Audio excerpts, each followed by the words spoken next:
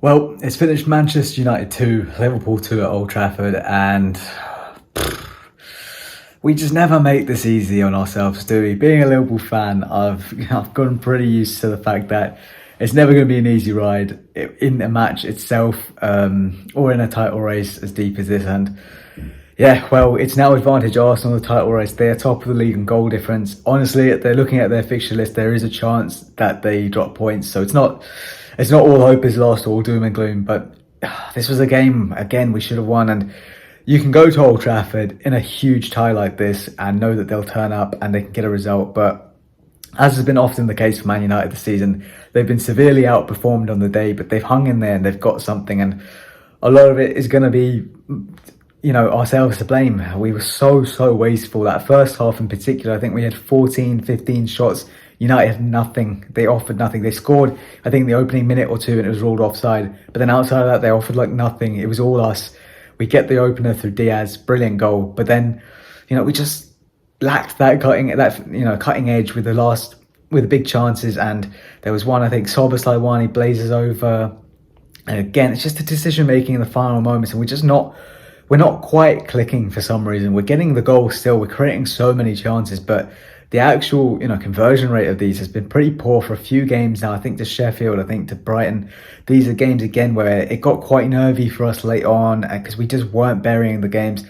Go before the international break, and we obviously got knocked out of the FA Cup by Man United in a similar game where again we just didn't bury the chances when we were on top and we were made to pay for it. So we've got to find that ruthless edge again, because it's a title race. You have to take your chances, or the nerves just are so much more amplified than they would be in any other stage of the season, and more mistakes will come at the end of the day. So hopefully someone like Diogo Jota can come back for us ASAP. We need Trent back, Alisson as well from injury, because he's just that extra presence at the back, a bit more sure. Kanate as well, if we can get him in.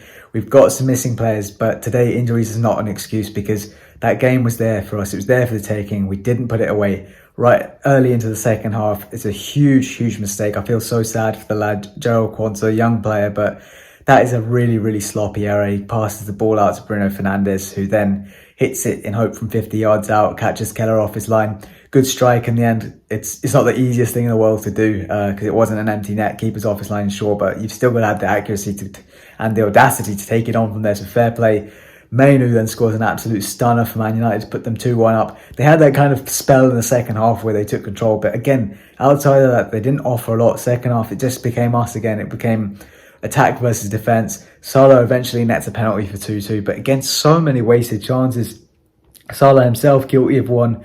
It drops into him on his right foot and he just skews it over. And I'm sorry, I know it's his weak foot, but that's not an excuse from that position. He's got to get it at least on target. There's another one we break, I think 5-on-2. It gets out to Darwin Núñez again, who just has to cut it back to Szoboszlai. He tries the whip shot across goal. It's just the final decision costing us over and over again. And it's been consistent now for a few weeks where we are just not killing games.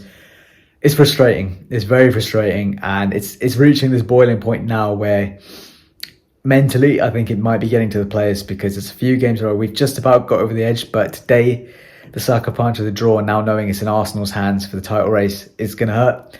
The players have to bounce back. I think we've got a home tie against Crystal Palace next weekend. We have to keep going. Listen, Arsenal City, they look more resolute than us at times, but they have had their hiccups this season. They may not be perfect till the end of the season either. So we have to just keep doing our part, keep winning, get back to those winning ways from here.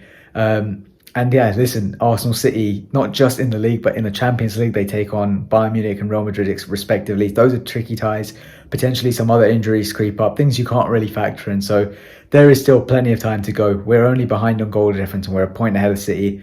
It's far from over, as much as the Man United fans are going to be trying to tell us that they've ended it for us. We'll let them have their fun. But as Liverpool fans, it's stressful times, but we always knew there was going to be room for some drop points. At the very least, we kept forcing our way through from 2-1 down, and we managed to salvage a draw from the game. Of course, we should have won, but at the minimum, we got the point. We have to just keep plugging away from here. And like I say, just get ruthless, start burying some teams early and build that confidence back up, because right now it does feel very shaky. Even I was at Anfield, luckily, for the Brighton and Sheffield United games, got to see those in person, but you feel that nervous energy as the game goes on and we're not killing them off. So not good enough, but it's 2-2. We can't change that. We go on to the next.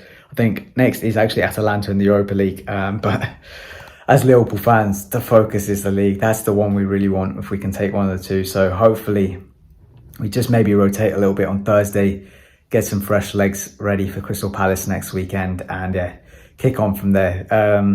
But outside of that, I've got to pick a man of the match today from this performance. Bit tricky in these circumstances always, but there were obviously some good performances out there on the pitch.